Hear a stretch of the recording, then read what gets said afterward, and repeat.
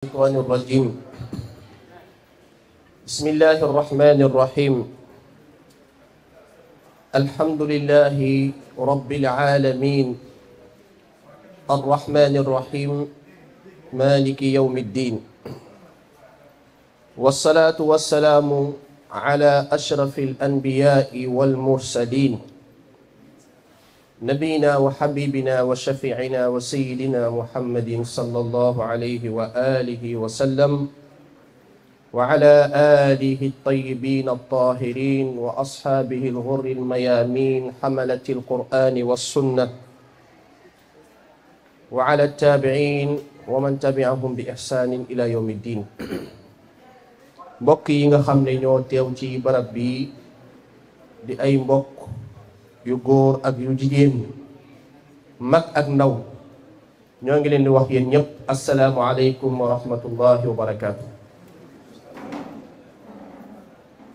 ki waral jotaay bi moom la ñuy sant muy borom bi tabaraka wa taala cant koo xam ne làmmiñ yi nag lottu na lool ci santee ko na mu toll moom yàlla moo tax dañ koy sant rek te ñaan ko mu mottalil ñu cant gi ci lépp nag waaye rawatina li nga xam ne mooñ fi tax a daje te dinañ ci ñëw ci kanam di julli ak a sëlmal ci sunu soppe ba sunu sang ba sayyiduna muhammad sallallahu alayhi wa sallam di ko ñaanal yàlla moom ak njabootam ak ay saxaabaam ak képp ku jaar ci seen yoon di yëkkati kàddu di dalal mbooleem kilifa yi nga xam ne ñoom ñoo fi teew te olof ne kuy lim danga dul matal yàlla xam na leen ñoom ñëpp waaye faw nag kenn moom danañ ko tudd mu yóbbaale ñëpp muy sunu baay ndax moom moo waral lépp olof njaay nee na peccum liir bu neexee waajur waa téye ca wagg ya tey Ousmane Ndiaye bu agsee fi mu agsi tey jëmm ji la kon papa ñu ngi lay nuyu sa nuyoo yóbbaale nuyoo ñépp ñi fi nekk di la ñaanal nag fan yi moom sunu borom dolliwaat ko ba ci kanam nga fekkewaat lu bari te ànd ak wér buñ la weer di weer yi déedéet ànd la ko wér ak kàttan yàlla bàyyi la nga fekke ba ci kanam buñ la nuyoo nuyu nañ famille bi yépp di nuyu tamit famille yu Rahma ndax Ousmane ñaari famille la am muy ñi nga xam ne ñooy ay mbokk jegeñaaleem waaye tamit di ay mbokk pas-pasam te pas-pasam mooy daara bu ñu nuyoo ñooñu ñaar nag nuyu nañ ñëpp ndax fii képp ku fi teew imma nga xamante ak Ousmane ci wàllu deret wala nga xamante ak Ousmane ci wàllu pas-pas di leen dalal ci inauguration bi nga xam ne ñaan gu nangu la ndax ay at ci gannaaw la amoon benn jëmm bu ñuy wax Ousmane Ndiaye nekk ci barab di fa liggéey di fa am salaire waaye xool système bi ko tëgg te mu mucc ci ndax système bi bu bëggoon bu amoon li mu bëgg ci Ousmane Ndiaye konoon école bi di taxaw ndax Jules Ferry ba mu koy sos ay laïc la bëggoon produire mooy nit ñoo xam ne faalewuñu yàlla faalewuñu yonent bi sallallahu alayhi wa sallam Senghor teg ko fi muy système éducatif bi ñamu njëkk produire gis ngeen leen ay communistes lañ dans leur majorité ñu dul ñu yàlla baaxee ñu tuub gannaaw nga Ousmane Ndiaye génn ci système boobu yàlla wollu ko ngir yaru waajuram ak tawfeeku sunu borom mu xool système bi xam ni bu noppee ni ay moromam kon day wëy rek di former ñoo xam ne yàlla safuleen yonent bi safuleen mu démissionné fa mu nekk dem jaayanteeg sunu borom sos daara jii di Rahma loolu baax na ñu fàttali ko mbokk yi looluy historique bi bañ koy sos nag ñam ko sosandool ñenn ci ñoom ñoo ngi fii su ma waxee bàyyi sele yóbbaale na ñëpp mooy jëmm ji toog ci gannaaw xam ne bëggul feeñ waaye ñoom la ko sosandool ak ñeneen ñi nga xam ne tudduma leen mu nekk nag ci condition yu métti saf lool métti lool bu amutoon pas-pas moom ak ñi ngi ko sekkal konoon tey du agsi fii waaye ñu xam ni looy door lu ne tàmbali gi dafay métti ndax lu yàlla mayul yonent yi du ko may kenn. gis ngeen yonent yàlla Muhammad sallallahu alayhi wa sallam ba muy sos la muy sos ca Màkka persécution yi mu ci am yépp waaye mu téye rek ba tey jii ay milliards ngay tudd ci ay jullit Ousmane Ndiaye ànd ak ña muy àndal ba agsi fii tey kon tey du ma ne inauguration la déedéet damay ne tey journée sant yàlla ndax diggante bi am na ci ñoo xam ne man qada minhum man qada nahba am na ñam ko sosandool tey ñu ngi ci biir suuf waaw yàlla yërëm leen wa minhum man yantazir am na ci ñoom ñoo xam ne ñoo ngi dund ba tey jii yàlla bàyyi leen fi ba ci kanam ñu fekke waat fruit yi ba ci kanam a kanam kon dañuy ñaanal Ousmane sama sëriñ daara moo daan wax ni ku nekk ci yoon te noppeegul da nga koy ñaanal doo ko tagg Ousmane dañ ko ñaanal mu ngi ci yoon te damay wax ni tey lay door a tàmbale rahma tey lay door a tàmbale lu tax ndax boo nekkee ci barab buñ la aal nga dem ba am sa barabu bopp kon yaa ngi door a tàmbale kon nag lam tàmbale tey naal wi yàlla na ko sunu borom mottali mook ñi mu ko sekkal ñépp gannaaw bu sug mbégte la nag ak cant danañ fi dalal ay kilifa ñu yëkkati seen kàddu cant ak seeni ñaan jëmale ko ci barab bii yàlla def fi barke yàlla def fi rahma ndax damay wax ni Ousmane Ndiaye maa ngi woo ndongo ndax moom mooy jël la partie française ndax man sama français dafa damm waaw rahma damay wax ni ndongo Ousmane a été très bien inspiré. Pourquoi le choix de rahma damay ne yàlla moo ko ilham amaa ustaas bu ñëwee dana ci wax lu bari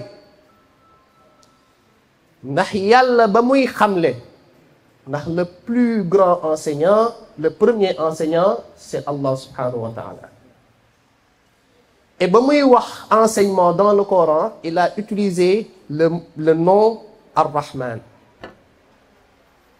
allama al-Quran borom yërmande bi moom moo xamle al-Quran lu tax waxul Allah allama al-Quran ndax waxul al-Azizu allama al-Quran ndax enseignement ki koy def bu amul yërmande ci ñi muy jàngal du sotti l'enseignement en soi c'est une miséricorde ndax luy tax nite looloo yërmande ci moom le message du prophète qui est l'islam ba koy yàlla di évoquer dans le Coran dafa ne wa ma arsalnaaka illa rahmatan lil alamin waaw kon Ousmane moom kan moo ko inspiré yàlla kon le nom rahma c'est un nom très bien approprié à cet établissement di ñaan rahma boobu nag yàlla na ko yàlla wàccee tey ci barab bi wàccee ko ci école bi wàccee ko ci njaboot bi nga xam ne ñoom ñooy jàng fii ci barab bi bu ko defee Ousmane Ndongo dama lay bàyyi nga liir li nga xam ne mooy chronogramme bi boo ko liiree bu ko defee ñu daal di dugg ci liggéey bi incha allah. A'uuzu billahi samiil aliim mina shaytaani rajiim wassalaatu wassalaamu ala rasulillah. Chers frères et sœurs en l'islam, nous vous souhaitons la bienvenue dans cet havre de paix qui est l'école Ar-Rahma. Ce sera difficile de prendre la parole après Serigne Mansour borom daara ji borom sañsa bi. Il le représente dignement. Masha'Allah. C'est un plaisir de te retrouver mon frère. Et que Mansour faisait partie de ces, je les appelle des héros, ceux qui ont participé à la fondation de Rahma. Ce sont de véritables héros. Comme tu l'as si bien dit, lorsque les cœurs sont purs et que l'intention est sincère, c'est Allah subhanahu wa ta'ala qui complète le reste.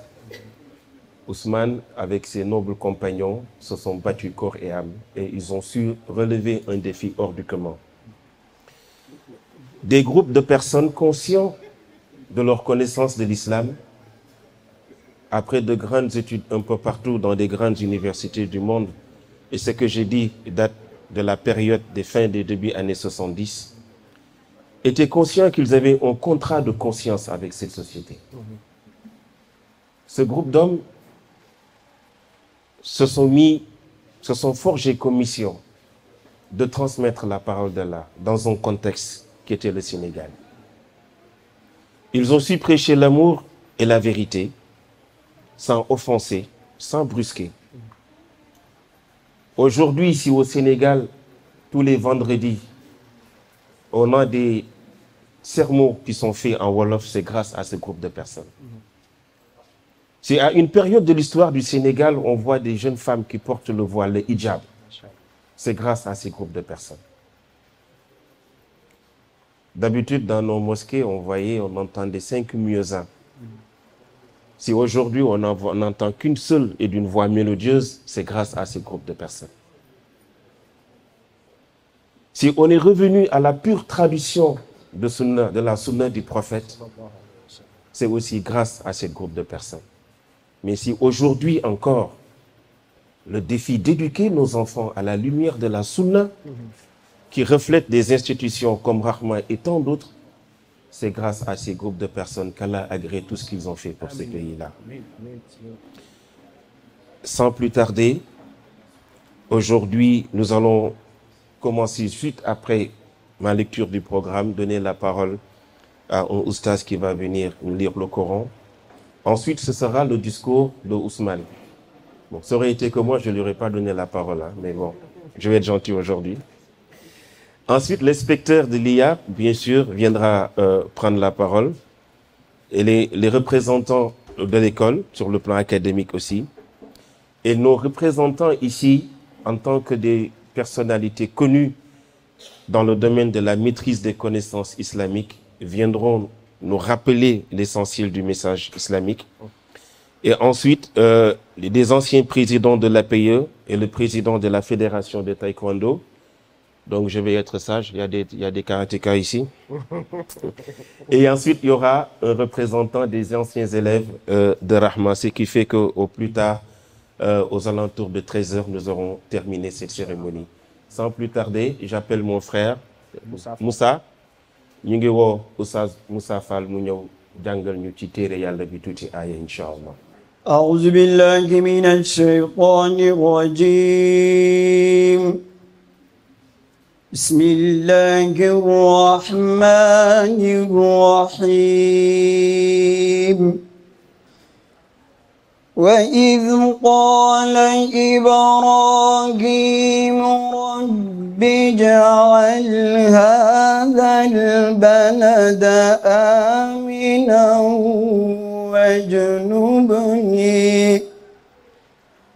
واجنبني وبني أن نعبد الأصنام رب إنهن أضللن كثيرا من الناس فمن تبعني فإنه مني ومن عصاني فإنك غفور رحيم ربنا إني أسكنت من ذريتي بواد غير ذي ذرع عند بيتك المحرم ربنا ليقيموا الصلاة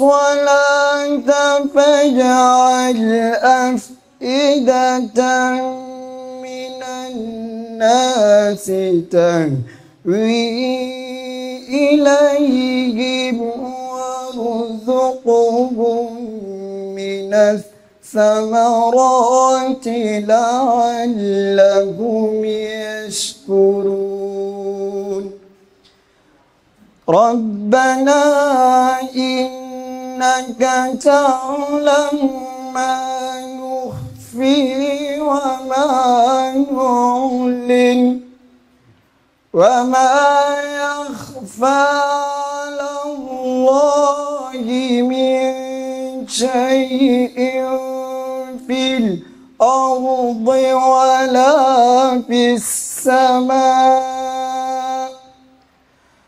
الحمد لله الحمد لله الحمد لله الذي وهب لي على الكبر إسماعيل وإسحاق إن ربي لسميع الدعاء رب اجعلني مقيم الصلاة ومن ذريتي ربنا وتقبل دعاء ربنا اغفر لي ولوالدي وللمؤمنين ربنا اغفر لي ولوالدي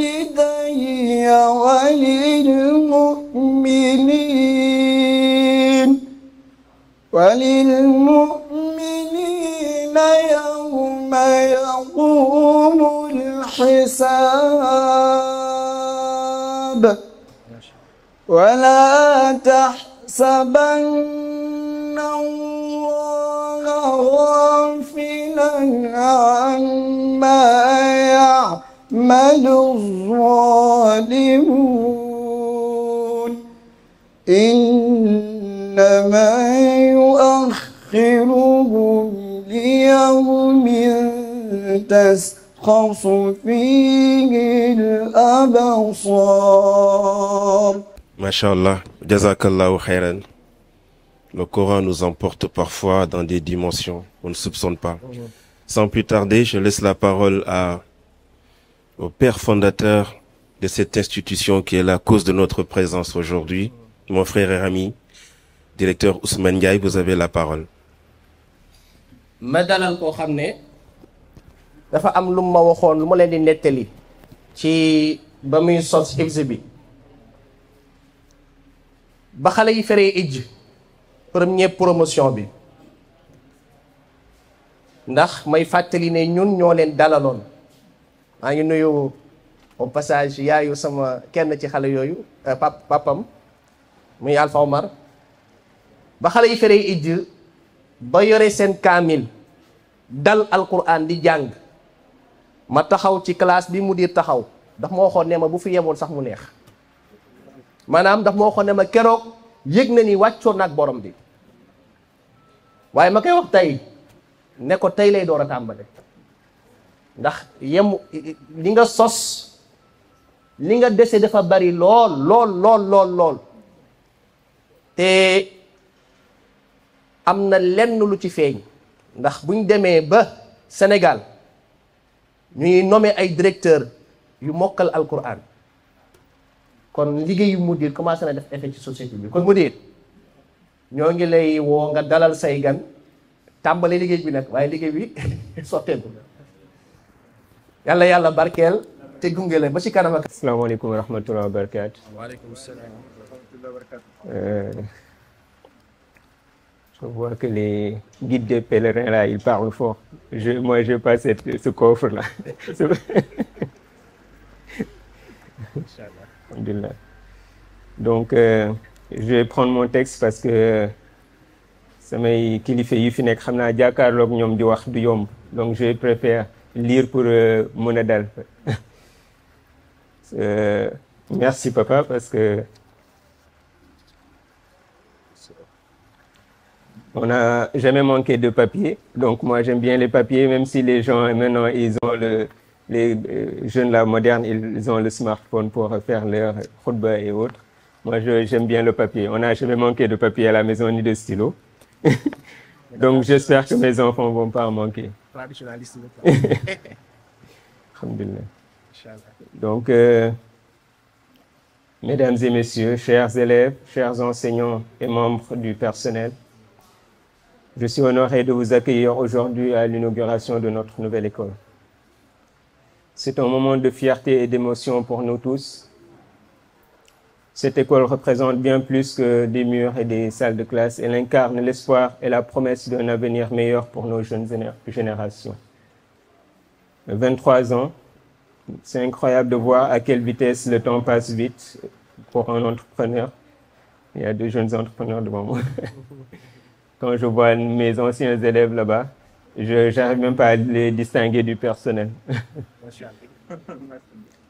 En tant que directeur, je tiens à exprimer ma gratitude envers tous ceux qui ont contribué à la réalisation de ce projet, nos enseignants dévoués, nos partenaires ici présents, les parents d'élèves et les élèves surtout ont joué tous un rôle essentiel dans la concrétisation de ce rêve. Nous sommes résolus à offrir une éducation de qualité, à encourager la créativité et à promouvoir surtout les valeurs de l'islam. En inaugurant cette école, nous ouvrons une porte vers l'avenir. Puissent nos élèves y trouver l'inspiration, la passion et la détermination nécessaires pour façonner un monde meilleur. Si je me regarde dans le rétroviseur, l'école a démarré il y a, comme j'ai dit, 23 ans, avec une dizaine d'élèves. On était peut-être autant pour le personnel, un peu moins, 6, etc. Donc, Oustaz Ngom avait vidé sa maison pour nous donner un soutien. Toutes ces filles sont venues mettre la main à la pâte.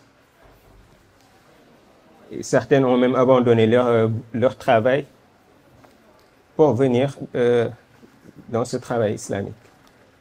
Alors qu'il n'y avait même pas de salaire. Les gens venaient bénévolement. Merci. Donc si aujourd'hui on compte près de 700 élèves, c'est grâce à une équipe valeureuse et son travail inlassable, sans qui, avec l'aide d'Allah subhanahu wa ta'ala, tout ceci n'aurait été possible. C'est pourquoi je suis si fier de l'équipe de Rahma.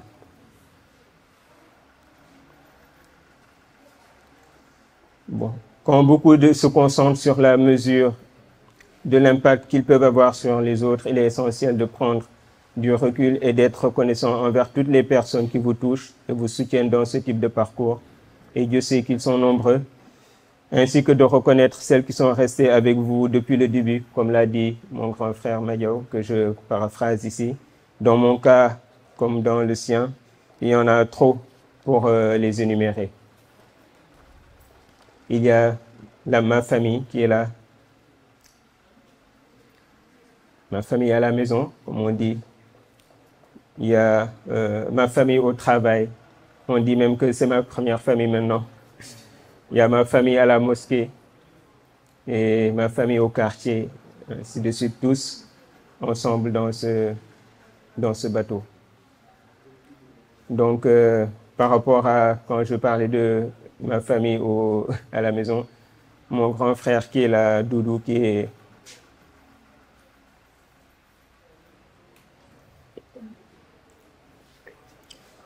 comme un papa pour moi aussi, me disait quand je venais d'avoir une promotion là où je travaillais, on venait de me nommer responsable du service, j'ai oublié même plus tellement, c'était plus important, où j'avais trouvé vraiment mes doyens et tout. Je venais d'arriver de la France, j'ai trouvé des doyens, des gens comme Abdoulaye Koulibaly, que je remercie au passage, qui m'ont accueilli bras ouverts, bien que le directeur est venu me chapeauter et me mettre au-dessus. Des gens très humbles qui n'ont eu aucun, qui m'ont accepté comme ça. Quand je l'ai dit à mon grand frère, J'étais très content, il était là couché sur son lit, que je lui annonce la nouvelle. C'est presque s'il ne s'est pas retourné pour continuer sa sieste comme il fait d'habitude avec son coussin traversin sur la tête, en me disant, bof, ça c'est pas... Je pense pas que c'est grand chose, je pense que je vois plus pour toi. Et l'avenir lui a donné raison. Donc nous exprimons notre profonde gratitude à tous ceux qui sont joints à nous en personne pour rendre cet événement vraiment mémorable. Je le disais au docteur Lam, doyen Lam qui est là, parce que c'est quelqu'un que j'apprécie énormément. Quand je veux l'inviter, je me dis, bon, je ne vais pas le déranger, bon, etc. Donc Tawa Gueye a fait le nécessaire, elle m'a même donné son numéro, j'ai dit non, je ne vais pas le déranger, vraiment. Mais quand il est venu dans mon bureau tout à l'heure, vraiment, bon, je vois pourquoi il nous inspire autant par son humilité et tout. Donc, merci à tous nos imams qui nous accompagnent, Imam Sall de notre mosquée ici à Ouakam et tous ceux avec qui on travaille tous les jours ici. Donc, Jazakallah khairan, je ne pourrais pas énumérer tout le monde pour gagner sur le temps. Que cette inauguration marque le début d'une belle aventure pour chacun d'entre nous, comme l'a dit Serigne Mansour.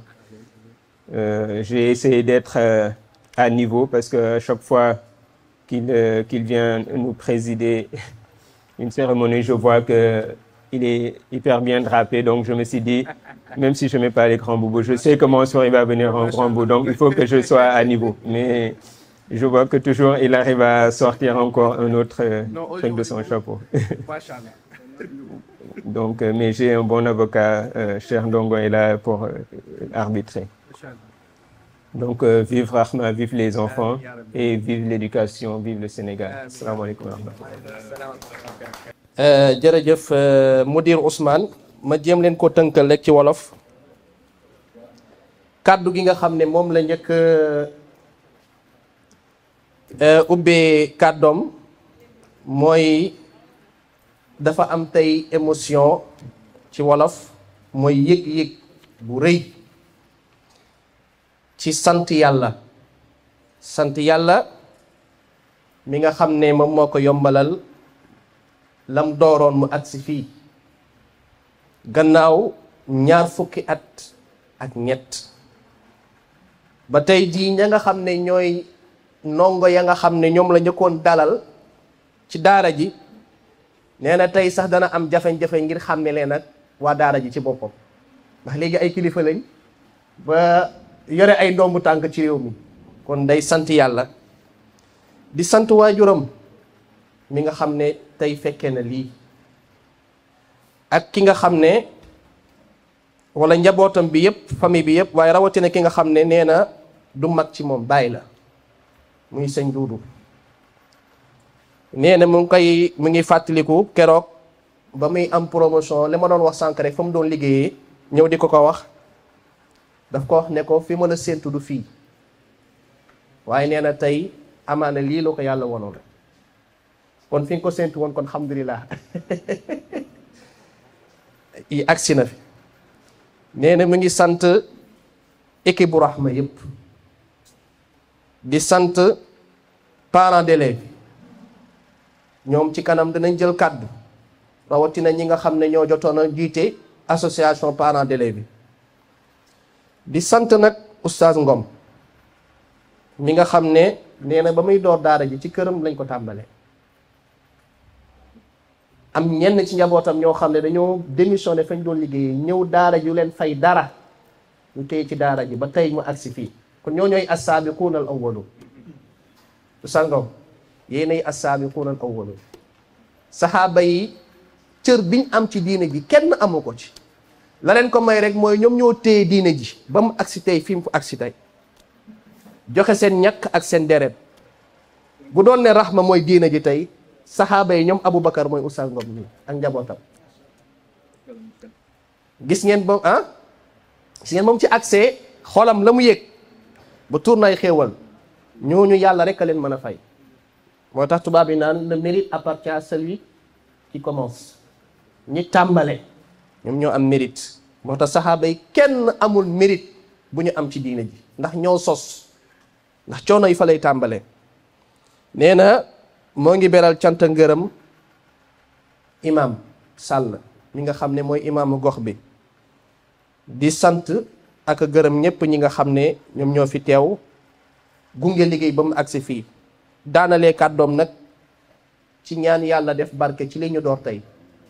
barab bii 4 murs yii nii yàlla na fi futur président Sénégal jóge incha allah, ndax valeur yi nga xam ne ñoom lañ leen di inculquer fii, valeur yooyu du mën a mën na yor réew, mën na yor àddina. ndax valeur yooyu ki ko njëkkoon a incarné moo yore woon àddina ba waa àddina wax ne ku mel ni àddina mosu ko am, mu yonent yàlla Muhammad.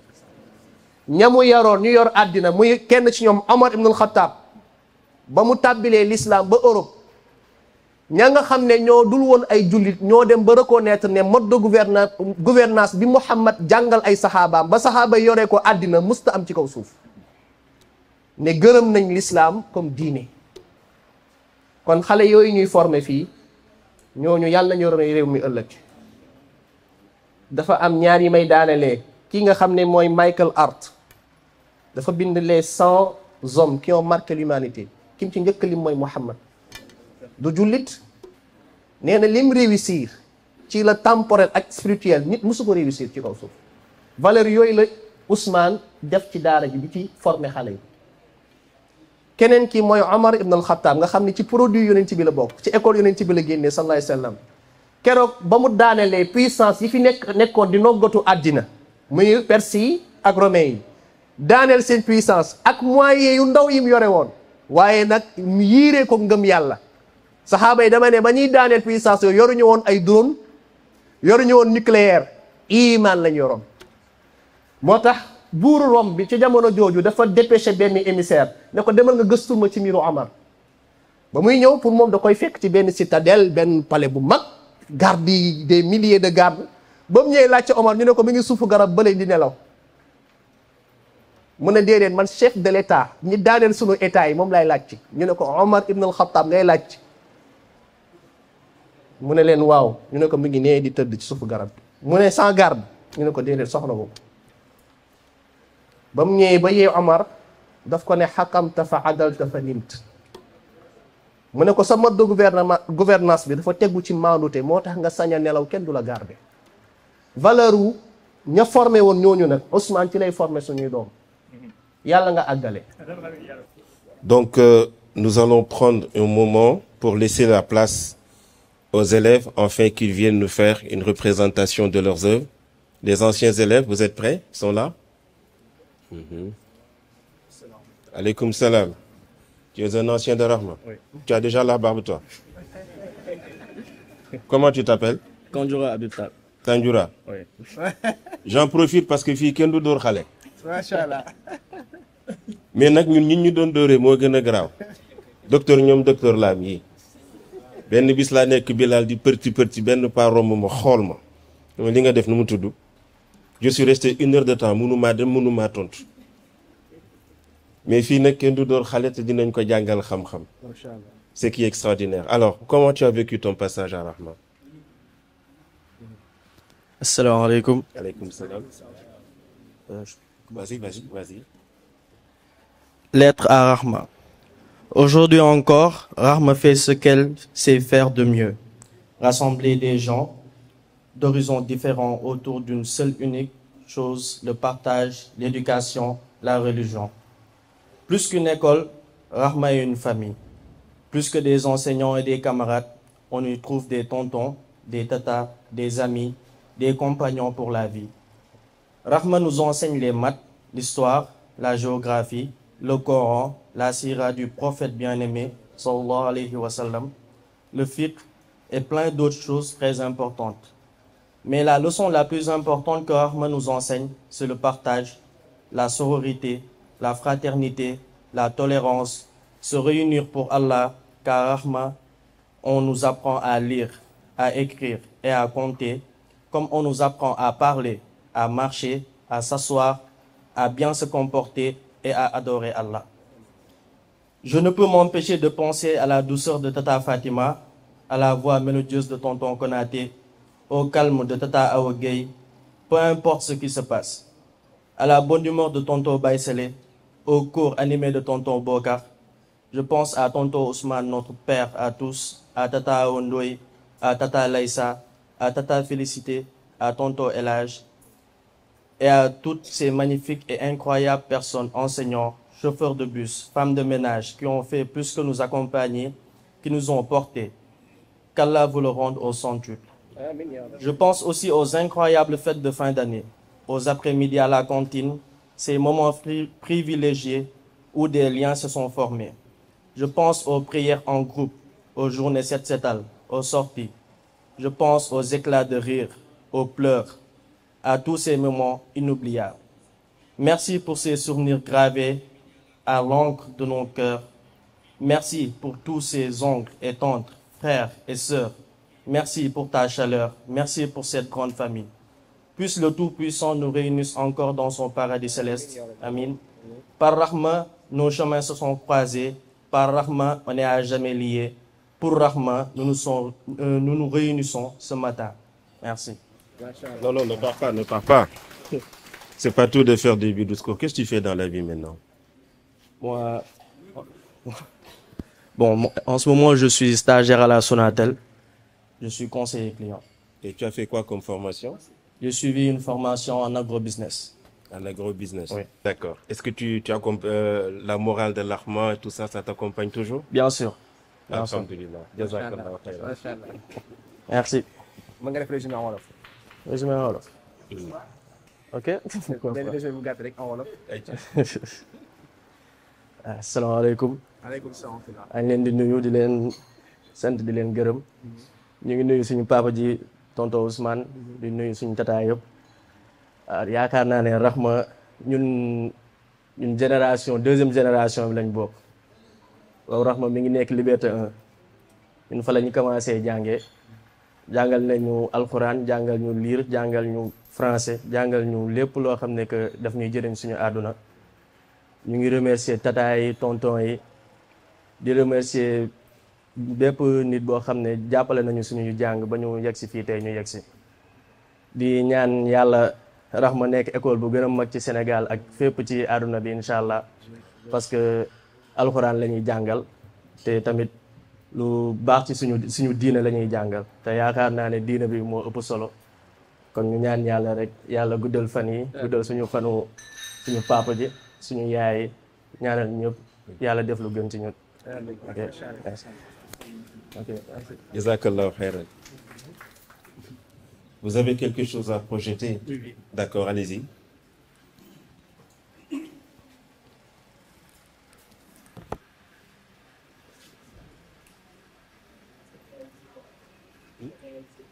waaw lii ngeen di gis nii élèves u ancien Rahma yi ñoom ñoo def réalisation bi.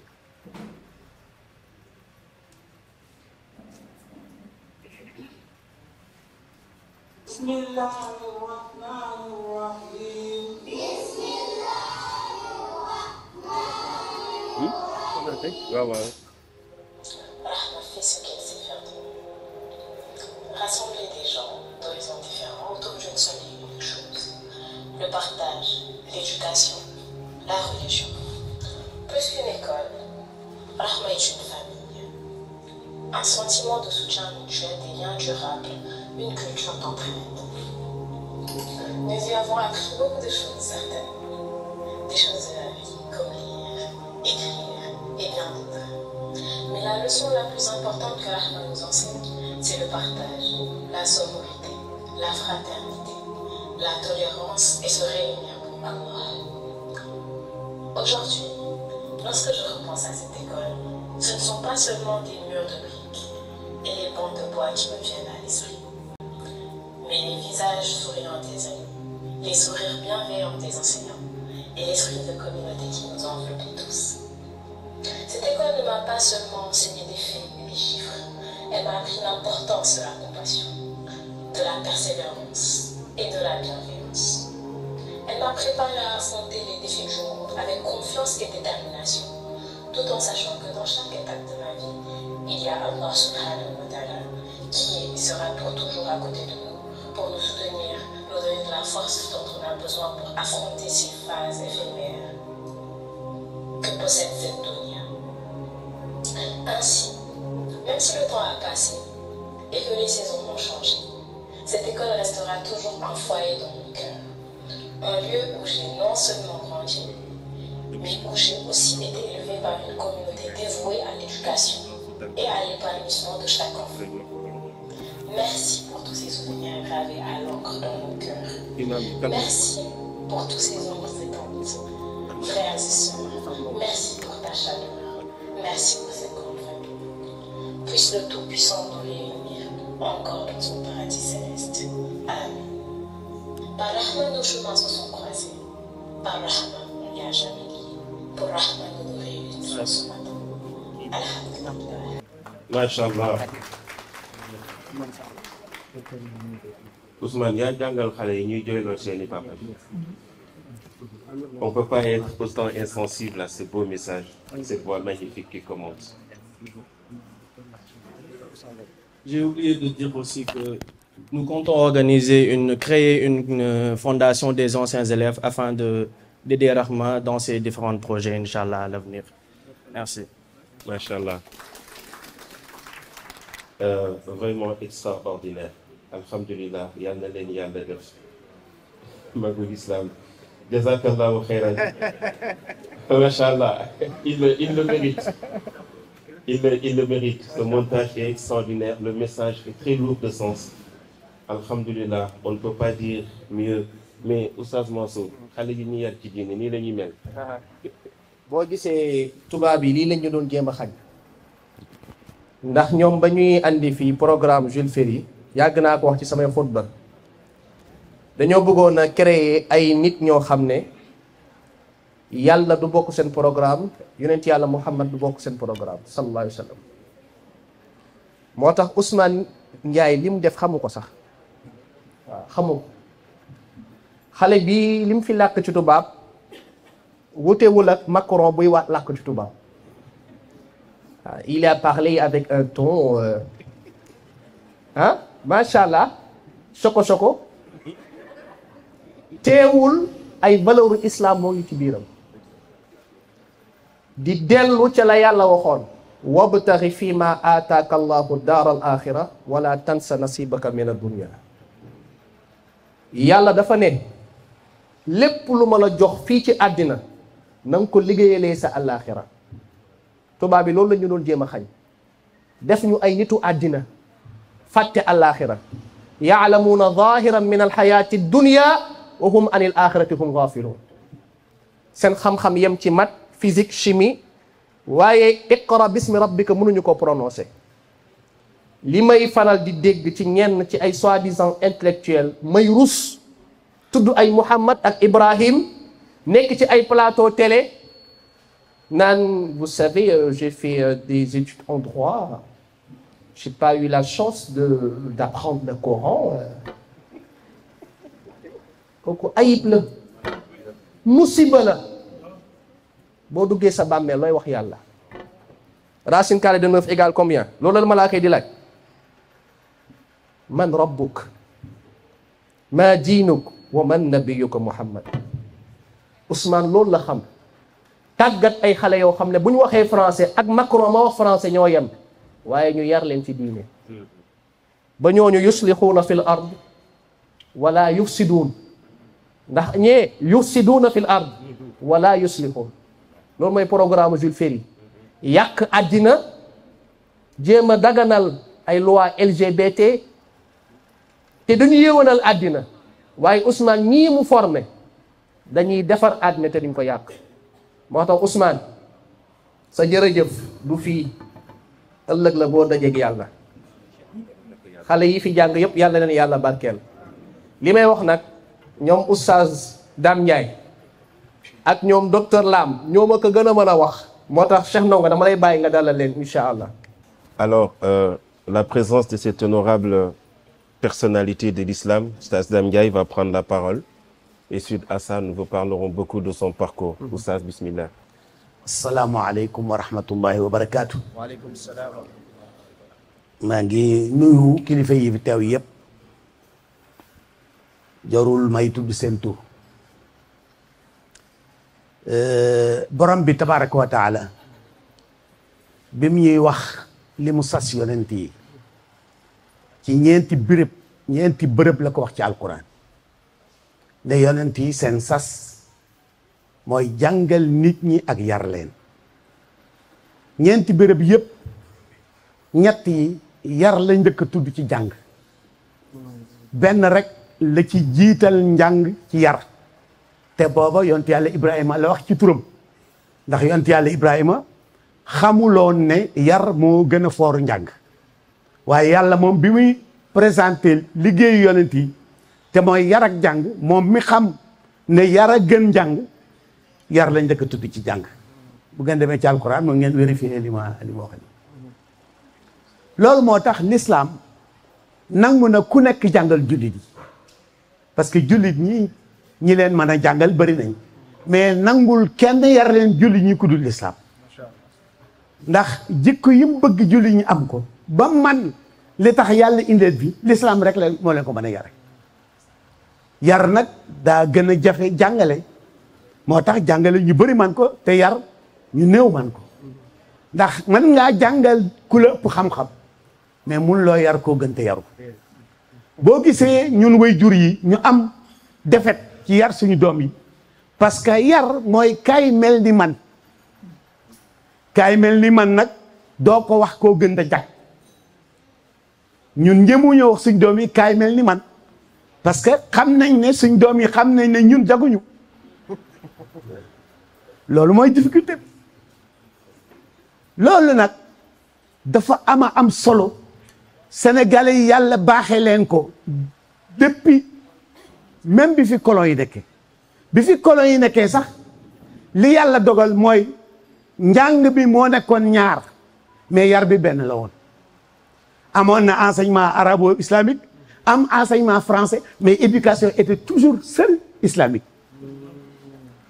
ni ma koy firee mooy li taalibe bi di def seen sëriñ daaraam daw bu ko élève bi masaan def bu seeni maître am daw ndax li sëriñ daara bi doon aaye taalibe bi moom la maître bi doon aaye élève bi kon njàng yi ñëw wute woon mais yar bi benn la woon loolu moo tax liñ am akas néew ñu am ko ndax administration bi fi nekkoon ba veillu indépendance ñuy tiitaroo ne Sénégal réussir na amal état administrateurs yi ko def ce sont les Élyséens ay ndar-ndar lañu ñooñu ñoo jaar ci Midi Keng Bool Keng Midi Keng Bool Keng bi ma ko laajtee dañ ne me ndar-ndar bi daa war a jàngi français ñibbi si añ jàngaat arabe door a delluwaat école kon li ko koy may mooy Midi Keng Bool Keng bu midi ne keng bool bi ne keng mu ñam ci dem daara ja ba 3h moins quart mu dellu si de l'école administrateur yooyu ñoom ñoo tabax Sénégal ba léegi bi ñu amee indépendance rek di bëgg a tubaablu jël enseignement bi ber ko génnee suñu enseignement bopp ci la ñu amee bandi yu ñu yor am léegi nga xam ne loo leen jox ñu lekk ko loo leen dénk ñu yàq ko loolu nag mooy défi bi Rahma bëgg a relever waaw loolu la Rahma bëgg te mën naa nekk Rahma li mu bëgg mën naa nekk ndax te li mu bëgg la Sénégalais yi bëgg lan la Sénégalais bëgg mooy un citoyen bu xam adduna ni ko ñëpp xamee ba man koo jëriñoo wëlbatu ko am diine am jikko yu tax du yàq adduna bi asalaamaaleykum wa rahmatullahi wa barakatuh. Machallah, je ne peux pas commenter des paroles d'une si haute sagesse. Sans plus tarder, je vais donner la parole à un homme dont je ne sais pas ce qu'il est pour moi, mais je sais tout ce qu'il est pour moi. Je veux nommer Dr Abdallah Lam. Dr Abdallah Lam est l'amir de la Jamaatu Ibadur Rahman. Et pour ceux qui ne le savent pas, pour certaines personnes qui vont peut-être le savoir, ce sont ces hommes à qui je dois tout ce que je suis, car c'est eux qui m'ont éduqué. Docteur. Bismillah, alhamdulillah, wa salatu wa salamu ala rasulillah, wa ala alihi wa sahbihi wa man wala. Ñu ngi gërëm waa Rahma ci seen invitation bi di ko jaarale ci directeur Ousmane waaye waru leen moo a jox parole gannaaw ba sama grand frère waxee mu sax Dame Ndiaye léegi nag moo tax li mu waxoon rek ci laay wax mooy oustaz yow ak sa génération liggéey ngeen liggéey bu rëy njëkk Rahma di judd gàcce ngalaama moo tax tey administration bi fi nekk commencé ko ci président ak ñi mu àndal te nit ñi am ñoom yaakaar Rahma yarut leen yéen leen yar wasalaamu aleykum. Jazakallahu khairan. À ce qu'il paraît, un très grand intellectuel de l'Observatoire du monde islamique a envoyé une lettre pour féliciter aux acteurs des organisations islamiques que la stratégie du Sénégal est unique, d'avoir tellement investi dans l'éducation de la société que ceux qui sont parvenus à prendre le pouvoir sont issus de leur formation. Yal na ko Yàlla barkeel. Cheikh Mansour, loo ñuy fàttaliwaat. waaw xam nga sëñ Mansour borom daara ji da daan wax ni ku sa tuñum kaw dagg sa ëppalaw jeex na ëwalaw rek ngay mën a wax xam naa looloo daal docteur ku sa tuñum kaw dagg dootoo mën a ti wax ëppalaw ëwalaw rek ngay mën a wax ëppalaw gi Oustaz Dame Ndiaye yóbbu na ko moo tax ba mu ñëwee moom ëwalaw la wax waaye ëwalaw gu am njëriñ jëfe waxu yonent bi sallallahu alayhi wasallam xayrul kalaami ma qalla wa dalla la mu wax kenn mënu cee dolli dara Ousmane Ndiaye am na lu mu sos mooy firi bii xale bi doon wax sànq waaye dafa am ña ko jiitu ñoom ñoo formé ñi fi nekk tey wax ji jeex na Oustaz Dame jërëjëf man mii di wax ci ñi formé la bokk ci laa bokk ndax ci li may yëngatu mooy finance islamique ñoom ñooy suñuy prédécesseur ba ci seeni idéologie ak seen njàngale ci la ñuy dellu ak Oustaz Dame Ndiaye mii kon ñoom yal na leen yàlla fay te yàlla sàmmal ñu leen te yokk seen fan ñu yàggu ñëw gunge ba ci kanam ci loolu la ñuy continuer rek di dalal imam Sall imam Ibrahim Sall mi nga xam ne moom mooy imaamu gox bi imam yow yaay bunt bi ni ko alquran waxee waqtul buyuta min abwaabiha buñ ñëwee wakaam ci yow la ñuy jaar kon ñu ngi lay woo nga dalal say gan te defe naa gan yi nga fi am yépp ci gan yi gën a tedd ñun lañ bokk ndax ci li ngay yëngatu ci la ñuy yëngatu wasalaamaaleykum wa rahmatullah bismillah imam alhamdulillah asalaamaaleykum wa rahmatullah dana jafe ci ñun torop ñu wax dara fii waaye dañ mën a feeñal suñu yéene ak kontante lim taxawal moom la adduna soxla mooy ay tànneef ki ko nekk mooy mën a defar jikko yi mooy mën a defar jamono yéen sallallahu alayhi wa sallam ñenn la ci joxoñ mooy jàngalekat yi ñan jàngalekat alquran yi ndax alquran dafa ëmb bépp mboolem xeetu xam-xam boo xam ne mooy doxal adduna mu ne xayrukum man tax Seydina Usmaan ibn Affaan radiyallahu anhu moo solo addis bi kon yéen a ngay defeer ay ñoo xam ne ci la adduna yaakaar ak deferu yàlla na leen ci yàlla dimbale te saxal leen ci asalaamaaleykum wa rahmatullahi wa barakaatu. incha allah ñu woo suñu papa imam Ngom mu ñëw jël kàddu incha allah. moom may wax paa bu màgget bi man ma koy wax paa bu màgget bi léegi extrême yi nag tey feeñ na suñu jógee si ñu gën a ndaw si Rahma ñoom Kanjura ñëw nañ léegi pour boucler la boucle dañu ñëw si gën a employé bu gën a mag si Rahma paa bu màgget bi kon mu ngi nii. baal ko rek dafa mën a tooñ. waaw. bismillahi rahmani rahim. bismillahi kalimati almu'tasimin wa maqalati almutaharrisin. wa na'uuzu billahi ta'ala min jawri aljaa'irin wa kaydi alxaasidin wa bagyi zalimin. nahmadu fawqa hamdi alhamidin. allahumma anta alwahidu bila sharik walmaliku bila tamlik. wala tudaalu fi hukmik wala tunasa'u fi mulk. nasaluka an tusalli ala muhammadin abdika wa rasul. ayuha almustami'una alkiram assalaamu aleykum wa rahmatullahi wa barakatu.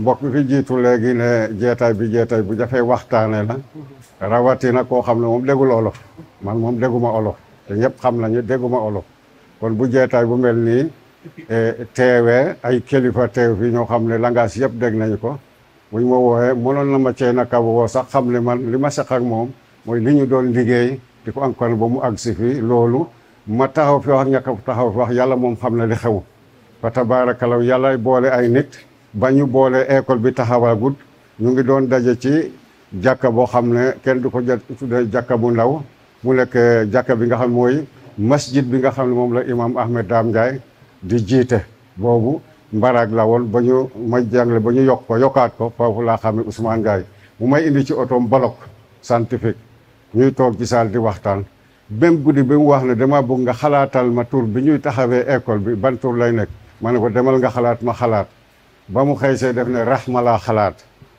mu ne ko ma ne ko tur bu baax la moo tax ba ñuy waaj a defal programme bi dañoo ànd dem ci Adja Binta Thiaw laaj ko programme am jël suur dem ci Ibrahima Khalil Lo ba ñu toogee mu la mu njëkk a wax ne borom bi def ne arrahman alamal quran te mën na wax ne ajabbaar alamal quran kon li ngeen di yor nii yërmande mooy tax ngeen ak fi ngeen bugg a àgg subhanahu wa taala mu nekk leçon yu bari yoo xam ne jël nañ ko fi Ousmane fat falilahi alhamd xaw ma li mu yegg moom lu mu yegg xaw ma ak lu mu toll ci moom waaye yegg-yegg bu toll noonu su ma ko yeggul itam du ko yees bu lool parce que wax dëgg yàlla ànduma ak moom ci nañu am ay millions déedéet ànduma ak moom itam ñaa am terrain déedéet mooy li mu doon wax fii loolu moo may waroon te mooy mu ngi jéem a defar réew mi ji may jëfa baax li ma am bariwul mooy ay doom laa am ma récupéré leen fu ñu doon liggéey ñu leen fay ma ne dem leen jàppoo parce que liggéeyu islam moo ëpp koppar yi ngeen di jële ci kii bi ñu jàpp ci ba ñu agsi fii kon falilahi alhamd mais fit man dina ne su ma doon amaati ay doom paalaa fi mu ne nii xanaa ñu seet rek xale boo xam ne mën na ko màgge waaye dama noonu su ma amaatoon doom Ousmane laa koy parce que ñaari Ousmane yu jaaxal mooy Ousmane Sonko ci fitam ak Ousmane Ndiaye ci fitam parce que fi mu jaar ak rahma bi agsi fii yàlla xam na ne kenn mosu koo gis ci àdduna ku am fit la watabaar bu doon ku ragal fit bay na école bu yàgg parce que difficulté boo mën a xalaat Ousmane Ndiaye jaar na co waaye ba tey mu ko ciy jàppale mooy mbokkam Baye Sele nga xam ne ñun ñett amul fu ñu tëkkawul dem ci àdduna fa tabaara ñu nekk nit yu baax ñoo xam ne historique asma du ma fi toog di ko wax Ahmed Dame Ndiaye daan nañ fa fekk yenn saa yi orienté ñu ndax moom orientation rek moom teg la ci régal ba jub daan na fi boobu mu ngi ci école bi nekk ci liberté bi ci côté kër papaam fa tabaaraka ñëw na fu bari orienté ñu ci ay mbax ma 15 jours yu nekk dama doon ànd ak personnel bi yëpp pour 15 jours yu nekk te man sama njàng xootut waaye sama bog moom àggoon na ci may toog ak moom ji wax ak samay xalaat donc ay professeur lañu su ma buggee dugg fi ma xam dañ ko mën a orienté ba teg ko ci ñii mënuma leen a fay samay njaboot yëpp a ngi fi nag école bi moom Ousmane Ndiaye dañ ko tuddee waaye man maa ko moom sama njaboot yëpp a ngi fi di jàngale fa tabaarakalla sama taaw mu ngi fi rakkam mu ngi fi rakkam mu ngi fi rakkam bi sey fi la nekkoon kon wax naa ne kon sama njaboot yëpp ñu ngi fi kon école bi sama école la kon kuy mébét mu baax ak mag ak fu mën a àgg ci àdduna man maa ko war a mébét ma koy sant borom bi subhanahu wa taala parce que àndul ak moom ci ñu neexalante kenn ndax moom xam na ma xam naa ko bokkante bu nekk bokkante nañ moo bay ñun amuñu négociation ci lu ñu ci loolu lu ñu wax dañ koy gém buñ ko gém bàyyi ko parce que bu ñu duggee fan kenn duñu gunge ci suñu bàmmeel amul kenn ku ñu kon duñu waxal kenn lu la neex li ñu gém ne lii la bu ñu juumee nag ngay dem ba wane da nga juum dañu nangu njuum te boobu daanaa def ay cours ba pare mu ne foo ko teg ndax yow addis benn addis bi nga jàng mën naa moom Ousmane Ndiaye mën na am fukki addis wàcc na ci yow nga ngooy ci benn addis ne faw moo de loolu orientation bu mag la xom na keroog bi ma ko waxee laa seetaat sama bopp parce que dama gëm ne su ma jàngee addis bi jële ko ci teer bi ma wóolu addis bi moom lu wër kong la mais mën naa am fukki addis juróom wàcc na ca mais benn bii laa jàng bugg nag rek tukkil adduna ne réeg rek moo am Ousmane Ndiaye mii moo ma ci orienté bu ma jàngatee benn addis dinaa weer teere yëpp ba xam ulama yi liñ ci def tar jee ma soog see mën a wax loolu moo ma ci orienté maa ngi ñaan borom bi subhanahu wa taala fay ko woy juram yi ñoo ko jàppe rawatina magam bi docteur nga xam ne fa lillahi alhamd xam nañ ko bu baax ci jàppale rakam xam nañ ko dem nañu ba këram parce que am na ci baptême boo xam ne ci kees la ñu dem tudde ko foofu fatabaara ñu ngi koy siyaare du baax a baax jàppale bi mu jàppale rakam di papaam bi nga xam ne sama école la bugg a tas parce que xëy na booy juru Ousmane mu ne maa koy jàngal mu ne foog ma door ko ma ne ko yow bul tas sama école man su ma ko dooree bu àdduna tukki mu ne faw naa ko door dem na bu Amérique di woote ne dooragu ma ne ko dooragu Ndiaye ñu ngi lay seer di ñaan fan yu gudd di ñaan yàlla jàppale la Ousmane Ndiaye daal yàlla rek ko mën a kenn mënu ko fay lu mooy yàlla te bu ko yàlla fayee nag burus ndax yàlla moom du la fay ni nga toll na mu toll lay fayee te li Ousmane la gi ak si fi wallahi alazim bu ko fayee dina am lu ko bëgg te nag defu ko ngir kenn tagg ko xam ngeen ñun duñu at équipe bi nekk fi yëpp duñu taggante yàlla na ko buur yàlla jàppale suturaal ko ñuy siyaar suñu kilifa boobu mu Ahmed Dame yi nga xam ne moo doon waxtaan bi may dem ndax mooy suñu kilifa ci suñu association bi ñu bokk mooy suñu kilifa ci daara ba ci jumaa ja mooy suñu kilifa itam ci lépp lu ñuy def buñ ko fa gisee rek suñu xel dal na daanaka mënoon na ñoo ñàkk a jël parole ñu ngi siyaare ñëpp ñu fi teew si yëpp ku ci indi yitte yal na yitte boo xam ne yitte bu dagal na yal na ko buur yàlla faj ku ci amee soxla boo xam ne soxla bu dagal la yal na ko buur yàlla faj ku ci indi feebar yal na ko buur yàlla saafara jeetaay bi nag jeetaayu paju aajo ak beetaayu faj kiiw sallallahu wa sallam ala nabiyina muhammadin wa maa ngi jéggu incha allah jazakallahu xayran yow da ngay jàngale ay xadis léegi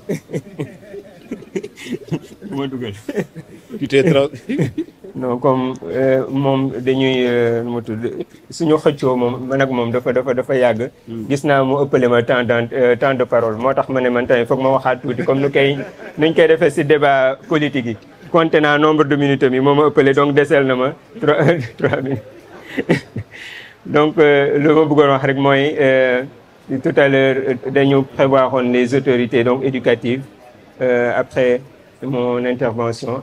Donc il y a l'inspecteur Fall qui est là, donc il va représenter l'IF. Donc on va lui donner la parole donc pour passer donc à l'autre partie du soir. Assalamu alaikum mbooloo mi maa ngi leen di nuyu ku si ne sa tur ak sa sant di am mbégte teew fii au nom de l'inspection de l'éducation et de la formation. ñi ngi ndokkale waa Rahma école la boo xam ni xëy na xam naa ci tuuti parce que depuis 2015 mosoon naa fa dem pour benn enquête pédagogique depuis lors ñi ngi koy topp di ko topp ba gis nañu jéego yi nga xam ni moom la Seydina Ousmane di def ngir bëgg wesaare xam-xamu diine ci citoyen sénégalais yëpp kon donc dañ koy ndokkeel di magnifier courage bi mu am depuis école bi fi mu ko jëlee ba fii ku ko suivre xam ni wax dëgg yàlla bay na waaram ci école bi kon nag tey jii au nom de l'IEF ñi ngi lay njukkal man sax dama fi toogee ñaari casquette parce que man maa yore commune Ouakam comme inspecteur chef de district donc tey jaadu na ma ñëw fi au nom de l'inspecteur chargé de la commune de Ouakam mais jaadu na itam ma taxawal fi IEF bi nga xam ne moom moo jiite éducation donc ñu ngi leen di remercier di leen féliciter ba ma dugg ci cours bi dama mbégte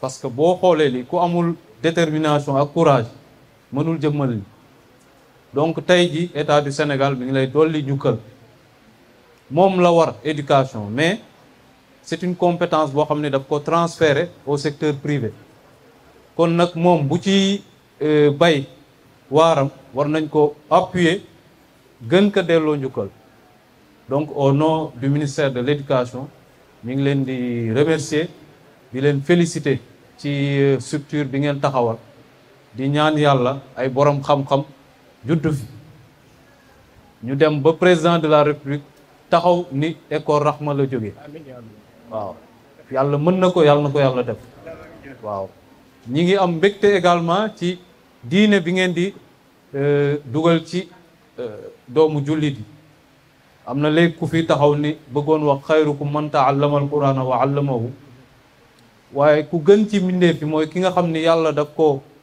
xamal ba pare mu dellu di xamal doomu aadama donc tey ji yéen a fi gën a fort ci grade xëy na système bi gëdd bi mu leen war jox gëdd bi des na mais am nañ yaakaar ak orientation yi ñu jox ak pas yi ñu teg dinañu gën a jàpp ci enseignement religieux ak éducation privée kon loolu la ñu bëggoon sànni ci kàddu yi rek di leen gërëm di leen sant di leen wa aleykum salaam wa rahmatullahi taala wa barakatu.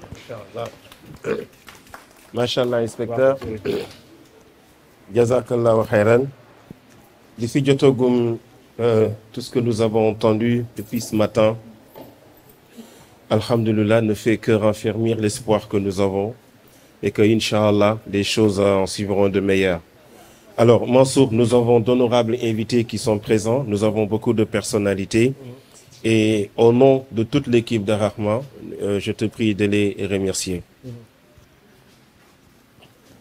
Bon, avant de les remercier, parce que je n'ai pas encore reçu la liste des invités. Nous la couronne.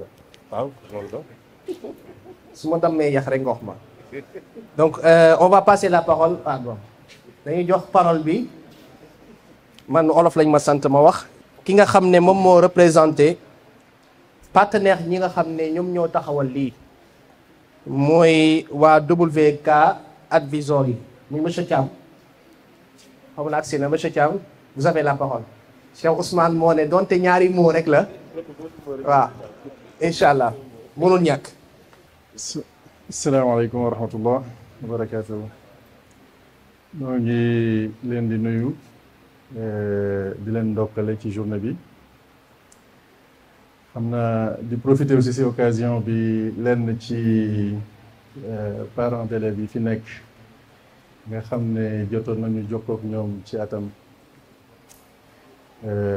bi école bi di ubbi yàlla dogaloon ñu am yeneen jafe-jafe yu tax rentrée bi ñu ko différé waaye mujj ñoom taw feexu revenir leen ba nëgëni ci raison yi ñu leen ci jégalu du woon dara lu dul circonstance yoo xam ne xëy na ñun ñëpp xam nañ ko ci réew mi liggéey bu mel nii day ànd ak toujours ay dog-dog yu mel noonu waaye sant yàlla ba yàlla dogal ci yërmandeem ak ndimbalam bis bii mën a am macha allah. xam naa nag wax bi moom duñ ko guddal trop ndax li fi am solo yëpp wax nañ ko ba noppi da di mbir moom doonte te nekkul ne suñu borom da ko defal li ci suñu wàll nag ñun jullit mooy góorgóorlu ba dimbali ko ba li yàlla nam na ci jiwu jëfandikoo ngir mu sotti foofu rek lañ taxaw. lépp luñ ci yàlla tawfeexale ñu am ko ci contribution néew na bëri na dañ ciy sant yàlla moom mi nu defal opportunité ñu boole na ci ñi nga xam ne dugal nañ ci seen loxo te it dund bu jeexul moom daal di dara jomb ci kon nag di leen ñaanal di sàkku seen ñaan tamit lépp yàlla suñu borom def ko muy yiw te lépp loo xam ne jox nañ ko ci lu baax ci école bi xale yi fi nekk yàlla suñu borom defal ñu ci lu ko faw ko may wax nag naan xam naa message bi moom directeur bi laa koy yónnee mooy gën a soññ suñu bopp soññ ko tamit xam ne li ñu fi fekkee tey daf noo yëgloo mbir mooy lii nga yëngatu day daf la dépassé daf ñu dépassé ñun ñëpp ndax dogal suñu borom la xëy na yàlla moo la tànn defal la tawfeex nga nekk à l'inception mais góorgóorlu ba teewal ko ba jamono ju ne ak circonstance yu ne ñu ngi fi liggéeyee di parents d'élèves yi di ku mel ne ñun nga xam ne yàlla dañoo dimbali rek boole ñu dugal ci suñu loxo luñ ci def rek di ci wéetal yàlla te di ko ñu sellal te di ci xam ne rek mission bu ñu dépassé ndax yiw gi yemul ci ñun yàlla nu yàlla defal tawfeex nag ba loolu doon lu teewal ci ñun ñëpp te yombalal nu ko incha allah rabbi am na loo xam nag xaw na ma di suut waaye mënuma ko ñàkk wax mooy di gërëm du gërëm sax waaye di ko ñaanal yàlla lay wax ndax cat dafa gaaw te ñaanuñ yàlla mukk di naag wala di naw suñu jëf ci leen waaye da di réew mi de bu na moon ñu mel ne moom lu mu gën a bëri rek du doy ndax Sénégal moom xel bu fi doon jaay lam lu ne xalaat na ko lu ne wax na ko waaye jëf moo tumuraange muy soxna Ndeye nag moom yàlla da ko dimbali muy koo xam ne ku yàlla taw fii xam ne ci jëf maanaam lu mu doon lu ne rek am ci tëju kawe tey jëf yàlla di ko defal sutur lii fi ñu koy fent boobu xam naa am na ñenn ci parents yi ñu ko fekke bi ñu ci waxtaanee ak Ousmane ba ñu bébét yi moo xam ñooy bébétam man li mu koy wax dama ko ni man tabaxuma du may tabax sama liggéey wante ak ndimbalu yàlla ak yàlla mi ko ci xiir ak pastéefam ak yitteem ju kawe si la yàlla dogalee ba yëpp antu donc di sàkku ngir ñaanal ko mu wax gërëm ndax gërëm teew na yàlla na fi yàgg loolu te wér bu demee bu mu fi fekk ci ñun boobaa xëy na ñu gërëm ko waaye ñu ñaanal ko yàlla yàlla suñu borom defal ko tawfeex coono bi mu ci daj ak bi mu ci def lépp yàlla barkeel ko mu doon mbokk ay mbokk nag njabootam di leen sant yéen ñëpp rek encore une fois di santaat Ousmane ci opportunité bi ndax ñun gisuñu ne lenn lu spécial dañ ci lu gën a sant yàlla te ñaan yàlla gën nu dolli sàmm moom mi ñu dimbali ba fekk mission bu noble ñu boole ñu ci ñoom luñ ci def kon nag dama doon kàddu yi mënoon naa ñàkk sax mënta ñàkk itam du gudd waaye mel na ne xaw naa xabaabal dama koy yemale foofu rek di leen santaat bu baax a baax di bëgg ci kilifa yi nga xam ne ñëpp ñu ci bëri xëy na maa ngi leen di soog a gis waaye leen xamal ni sant nañ bu baax te seen kàddu yi gàtt ak néew waaye am na solo lool te bëri na substance lool te ndimbal la ci noonu ak leeral ak yeete la macha allah noonu leen di sant bu baax leen wax asalaamaaleykum wa rahmatullahi wa barakatuhu.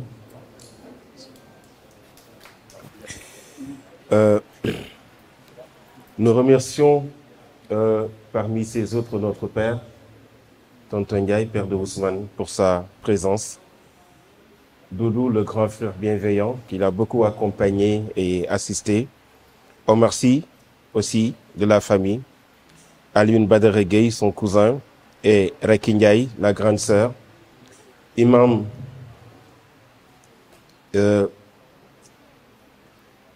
Imam Sambou, le Masjid du Sunna de Castor, Tonton Bodian et son épouse, Amadou Faye et son épouse, Tata Ndeye Sokhna Ndiaye, représentants de Dara Yaye Aïcha, Oumil Mouminoun de Adja Binte Taw sont représentés par Sokhna Ndeye Dione et Sokhna Fatima Touré. Imam Sall de Guédiawaye pour sa présence,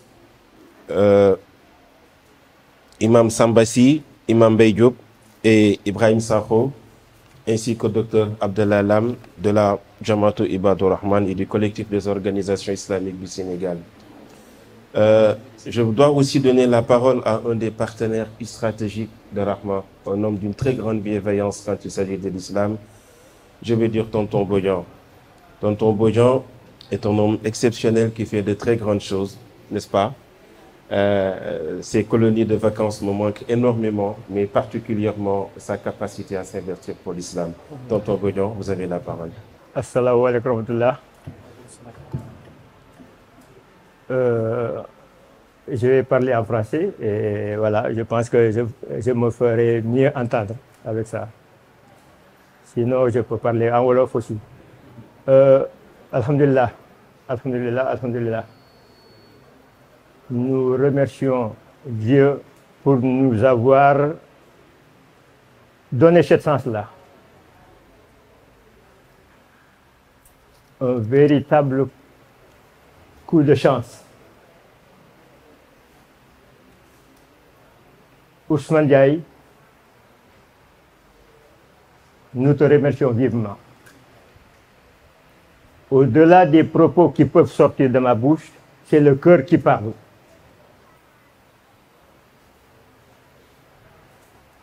Moi, je ne suis pas une figure étrangère à ce sol.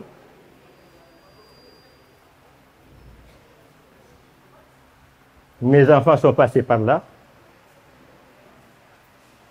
Un de mes enfants fait partie de la première promotion de l'entrée à 6e ici. Je veux parler de Aboubakar Sadeh Boyan. À Ousmane Diaye comme à Tonton Baïsele, c'est des rapports qui remontent à très longtemps. Ça doit remonter à 2004-2005, quelque chose comme ça. Alors que Rahma était juste à côté de l'école d'Embadio. Et nous avons cheminé ensemble. Beaucoup d'eau a coulé sous les ponts. Je me rappelle à une séance de fin d'année au CICES, ce qui détermine la franchise de, je le disais tout de suite à Oussas Ngom, ce qui me marque, généralement, les établissements font focus sur l'effectif. Faire en sorte que les gens s'intéressent à l'établissement de par la publicité, ce qui n'est pas le cas pour Rahma. À cette rencontre de fin d'année au CICES, moi, mon enfant qui avait une certaine spécialité dans le Coran, à travers, bien sûr, Oussas Wan qui est là et ses autres compagnons, parce que ma maison, c'est en quelque sorte un dara. Mon enfant, quand il venait à Rahma, il avait une certaine acquisition. Et Ousmane Diaye s'était opposé à ce que mon enfant récite le Coran au CICES pour ne pas faire comprendre aux parents que c'est un produit de Rahma. Quelle franchise! Quelle franchise!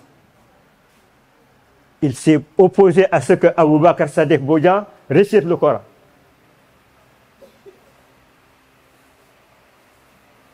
Une anecdote.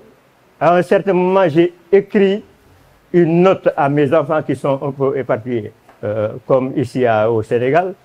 Je leur ai envoyé une note pour leur dire que le jour que je ne serai pas de ce monde, je veux qu'à la prière mortuaire, que Ousmane Diaye et Baïsele figurent dans le groupe.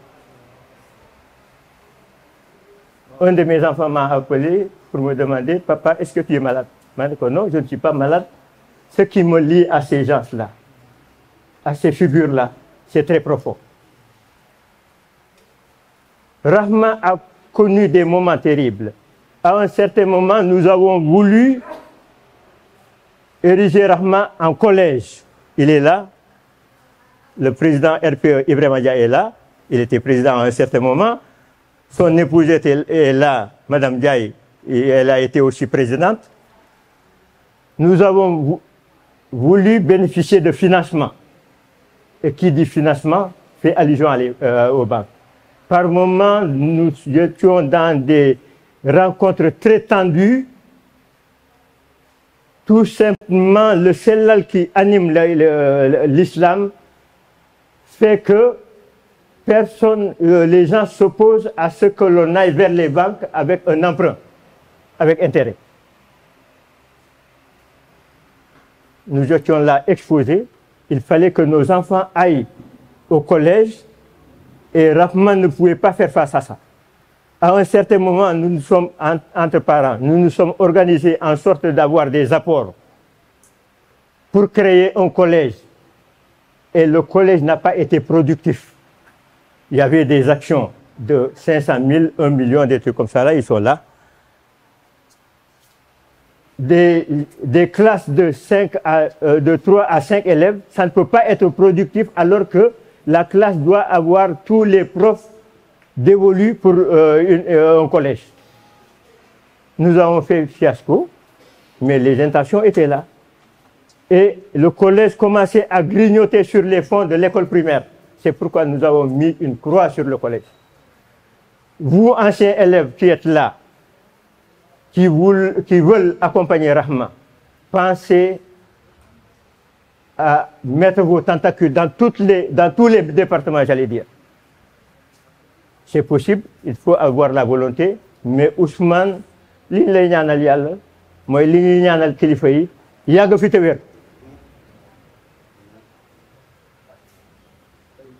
Dans le même sillage que Rahma, nous autres, des gens se veulent amener leurs enfants à Rahma, ils n'ont pas les possibilités. C'est pourquoi nous avons pris l'initiative de créer une structure similaire à Guédiawaye avec l'accompagnement de Rahma.